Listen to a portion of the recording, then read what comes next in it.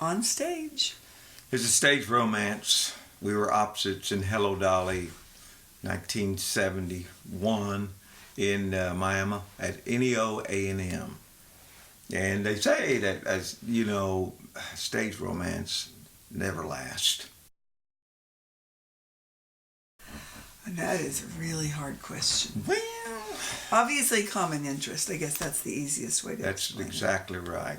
Yeah, our love of music and performance and helping other people, we're both into that. Since we're both teachers, we want to see people succeed. What got me was that there's a big chorus that we were in. I was singing, and this Kathy was accompanying, and she had these big giant glasses on. So when the director, Mr. Richards, would say something, then she would roll her eyes, but she thought because she had these big giant glasses on that nobody could see her. But all it did was magnify these ring. But I thought she was. And so you thought that was I attractive? thought it was kind of cool that. A part of that was we were still in school, and I took that year off from school, and he finished that year. And then we both started at TU together the next year. Yeah, and we that both was started as the timing juniors, was, let's go ahead and get this wedding out of the way so we can go ahead and finish school together. And Right, we would be on right. the same track. And boy, wasn't I lucky that we were in the same classes together at TU. Because Kathy, she was a good student.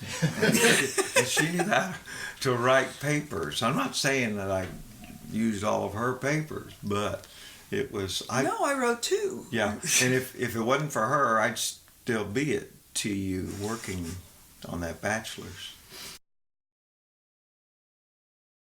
I don't know that I ever imagined it being any different at all, except for the part where I sort of figured we would have kids, which didn't happen. But other than that, we had a million kids between us with all the teaching that we've done. So the one thing that happened is that we both went into education, and this is a true story that I was at Memorial High School and I did all the major musicals, annual musical every year. Well, Kathy at that time was at Jinx West Elementary, and so a lot of the time, when she was out of school at 3:05, whatever, she drove from Jinx West Elementary to Memorial High School, either doing costuming or choreography, or she did 2 or 3 different jobs and didn't get paid for the memorial part.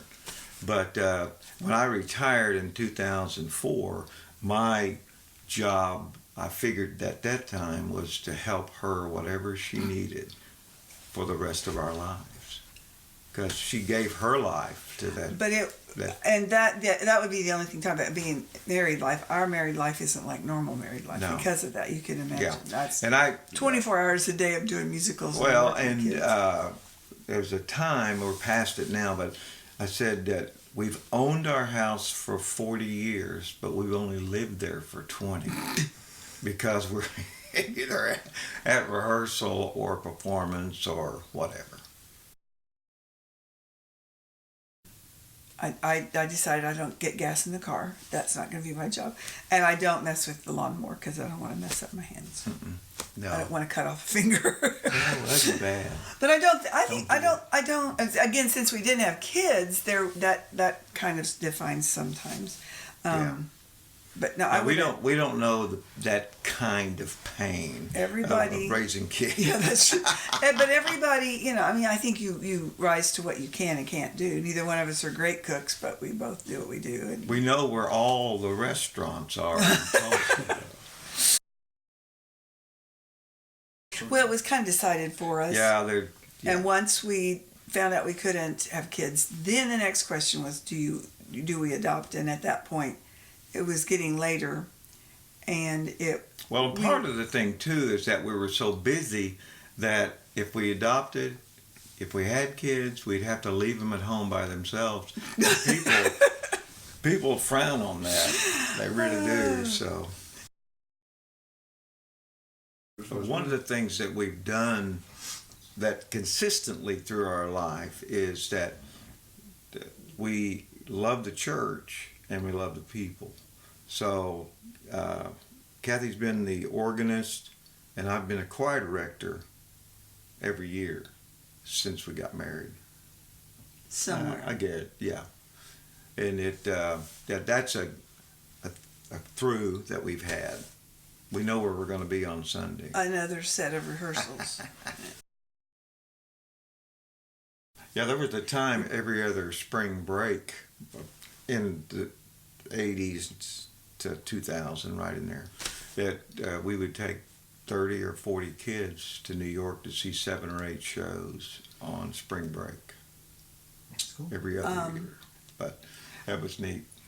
But so I think probably to go back and just directly answer the question, how we keep things interesting is we don't spend much time alone together.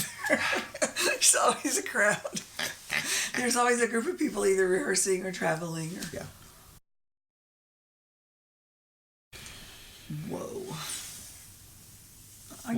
Assuming that we have one, which I think we do, but it definitely is communication. And then there's got to be the wisdom to be apart too, which there clearly was. I mean, for a long time, there was. I mean, we've always helped and supported, but there's everybody's got their corner to go to. I don't think any of much of what we do anyway has anything to do with men or women. Since we didn't have kids, I didn't bear any children, so he didn't, it's an interesting thing, and I observe that daily, literally daily. I think about that. We got all these little kids that I teach, and it's a different time. Right. And the idea is to have respect for one another in any relationship, and is any relationship. Yeah, any relationship, and in building each other up when you get a chance.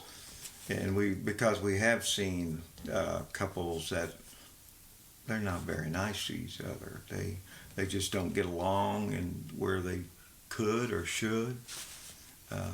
So as you get older, you learn from all situations. And you also learn what really doesn't matter. Yeah. Some things just aren't worth fighting about, or the conflict. It's one of my favorite statements. Do I need to know this?